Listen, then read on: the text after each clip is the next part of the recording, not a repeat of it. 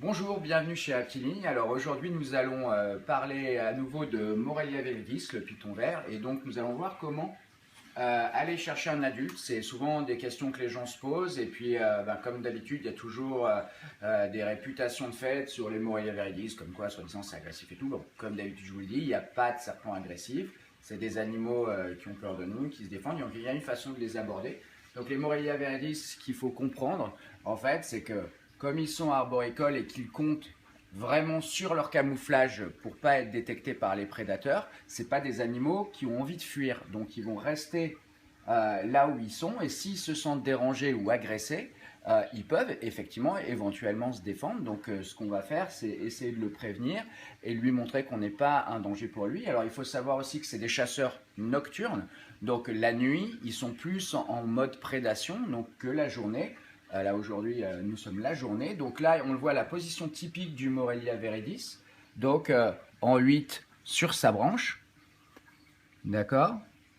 Donc on peut aller le chercher directement, donc en général on les prévient par le dessous comme ça, voilà, hop,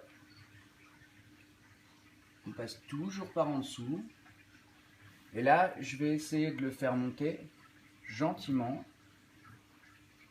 en allant un petit peu pousser au niveau de la queue. Voilà, de le faire monter gentiment sur mes mains. Voilà, alors comme vous le voyez, c'est pas... alors, je vais le titiller un petit peu au niveau de la queue. Alors, vous voyez, sa première réaction n'est pas de se défendre ou quoi que ce soit. Hein, c'est...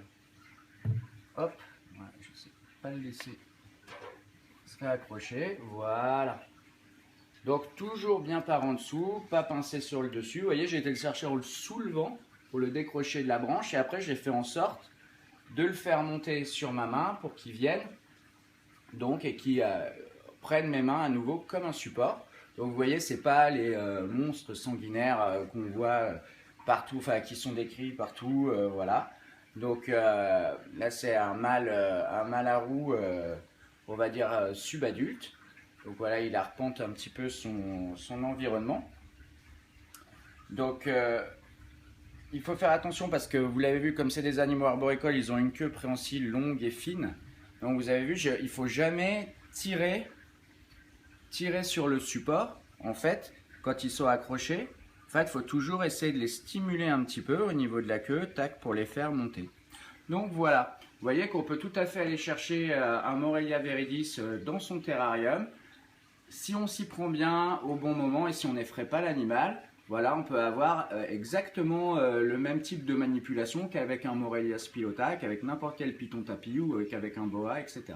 Donc voilà, faites vos propres expériences, tentez les choses et surtout soyez, on va dire, doux avec vos serpents et mettez-les en confiance et vous arriverez à avoir des résultats comme ceci. D'animaux, quelle que soit l'espèce, qui sont tout à fait calmes pendant les manipulations. Voilà, je vous dis à bientôt à Reptiligne Gazran ou Reptilignon. Continuez à nous suivre, au revoir.